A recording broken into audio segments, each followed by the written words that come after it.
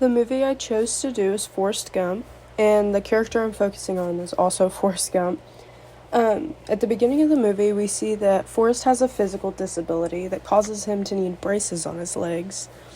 While it's never stated exactly what physical disability that Forrest has, throughout the movie, there's clues such as, like, he says, for example, his mother calls his back, it looks like a question mark, and that the braces are going to straighten it out like an arrow. From what I can infer, and like from my research, it seems that he has scoliosis, and that the braces are like act as like a nowadays back brace to help straighten his legs. Early on in the movie, we also see that Forrest has an intellectual disability. While it's not said in the book or movie which disability he has, it is said that he has an IQ score of 75.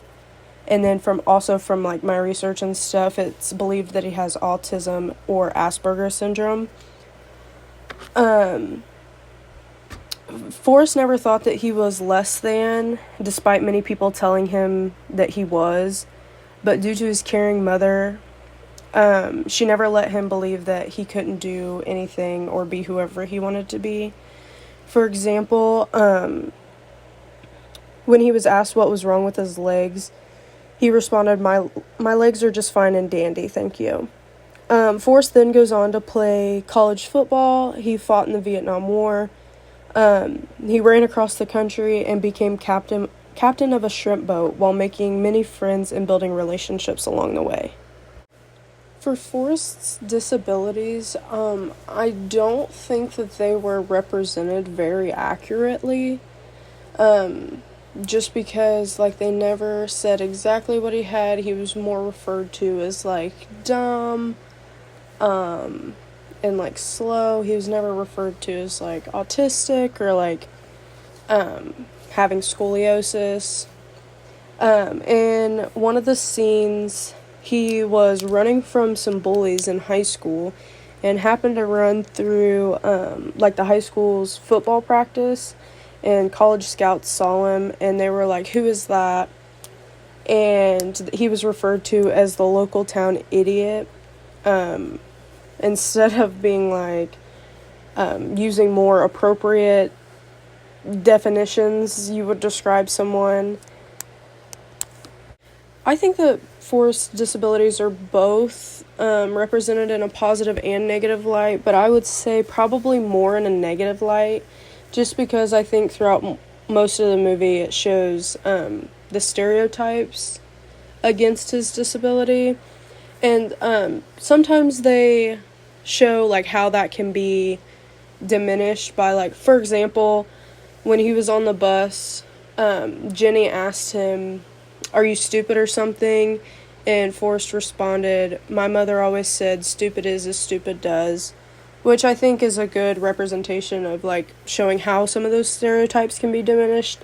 But also in, like, some of the scenes where, like, he's running from the bullies and stuff, like, they're just calling him dumb repeatedly and just saying very negative things that he can't really defend himself. He's kind of just running away, and I think most of it is shown in more of a negative light than a positive light.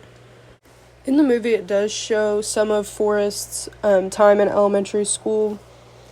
Back then, he struggled with, like, things like bullying, and there's one point where the principal didn't want to let Forrest into the public school because his IQ was a 75, and they required an 80 score to get into the school.